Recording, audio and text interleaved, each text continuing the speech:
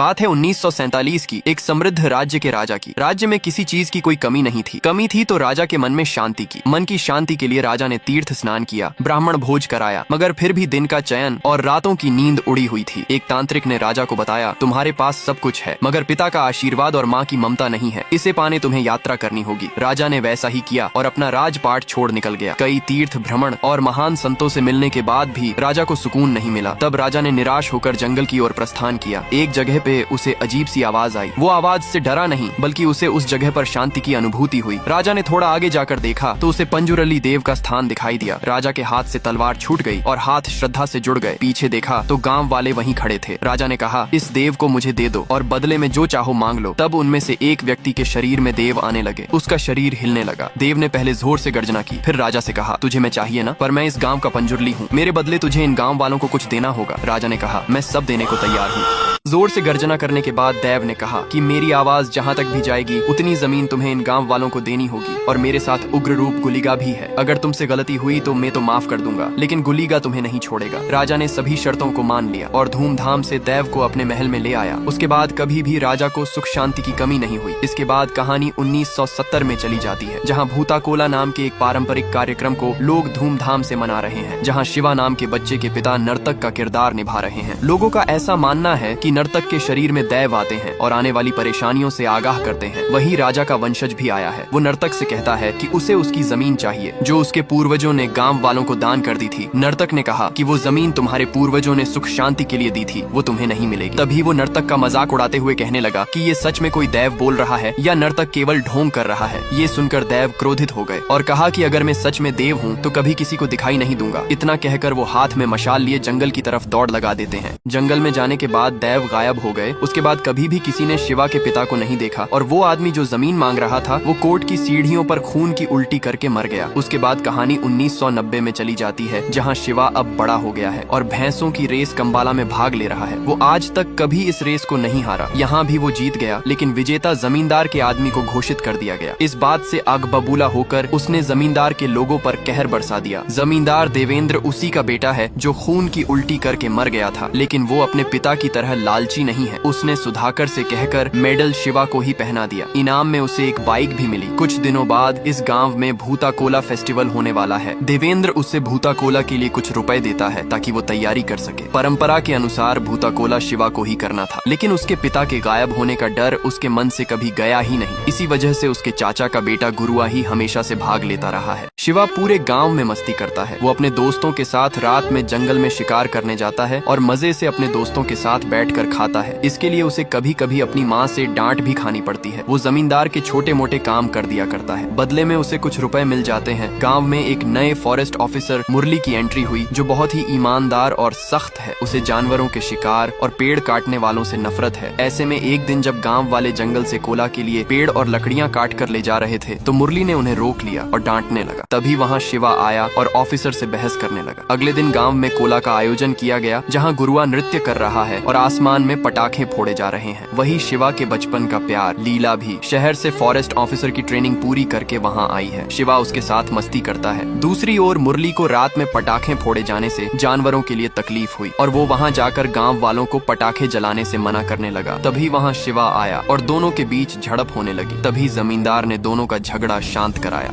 अगले दिन सुबह लीला के पिता शिवा के घर पहुंचे और कहने लगे कि रात को जो तुमने काम किया वो बहुत अच्छा किया। मैं भी जवानी में ये सब किया करता था। शिवा को लगा कि उसने लीला को जो चिमटी काटी थी उसके बारे में बात कर रहे हैं। वो खुश हो गया। तभी उन्होंने कहा कि रात को तुमने फॉरेस्ट ऑफिसर को भगा के अच्छा काम किया। शिवा ने पूछा कि वो यहाँ क्यों आए, तो उन्होंने कहा कि लीला को अगर को गाँव में कोई नौकरी मिल जाए तो तुम्हारा बहुत भला होगा। तभी शिवा कहता है कि वो जमींदार से कहकर नौकरी लगवा देगा। अगले दिन सुबह जब लीला ड्यूटी ज्वाइन करती है तो मुरली गाँव में फेंसिंग की तैयारी कर रहा था ताकि कोई भी गांव वाला जंगल में न जा सके। दूसरे दिन वो पूरी फोर्स के साथ फेंसिंग करने गांव में पहुंचा। लोगों ने उसका विरोध किया। तभी वहां शिवा आया और दोनों के बीच झड़प होने लगी। शिवा को बांध दिया गया। रात को जब लीला उसके लिए खाना लेकर आई तो उसने ठुकरा दिया और कहा कि तुम भी उन पुलिस वालों के साथ मिल गई हो। लीला के दिल में गांव वालों के लिए दर्द था, लेकिन वो अपनी ड्यूटी के आगे मजबूर थी। अगले दिन जमींदार ने कहा कि वो सबकी जमीन बचा लेगा और सभी गांव वालों के पेपर पर दस्तखत करा लिए। शिवा का दोस्त लच्छू जमींदार के घर को देखकर उत्साहित हो गया और घर के अंदर पैर रख दिया। तभी जमींदार के आदमी ने आकर उसे जोरदार थप्पड़ जड़ दिया। शिवा ने ये सब देखा तो उस आदमी को बुरी तरह पीट दिया, कहीं ये बात गांव वालों को ना पता चल जाए। इसलिए देवेंद्र ने रात को शिवा और उसको दोस्तों को शराब पिलाई। उधर देवेंद्र का आदमी सुधाकर मुरली से मिला और शिवा और उसके दोस्तों को पकड़ने की टिप दे डाली। एक दिन जब शिवा और उसकी टीम पेड़ काटने गई तो सुधाकर और मुरली रात के अंधेरे में ही उनको पकड़ने निकल पड़े। शिवा ने एक बंदे को पेड़ के ऊपर नजर रखने के लिए बैठाया था। वो पेड़ को आधा काट चुके थे। जैसे ही पुलिस की गाड़ी आई सब लोग एक जगह छुप गए। जैसे ही गाड़ी नजदीक आई आधा कटा पेड़ गाड़ी पर गिर गया। सुधाकर और मुरली घायल हो गए। जैसे ही ये बात डिपार्टमेंट को पता चली उन्होंने सरगर्मी से शिवा और उसकी टीम की तलाश शुरू कर दी। दूसरी तरफ देवेंद्र ने एक दिन गुरुआ को अपनी गाड़ी में बैठा लिया और कहा कि मुझे तुम्हारी मदद चाहिए। गुरुआ ने कहा मैं तुम्हारी भला क्या मदद कर सकता हूँ। तभी देवेंद्र ने कहा कि तुमने इस गांव के लिए क्या कुछ नहीं किया।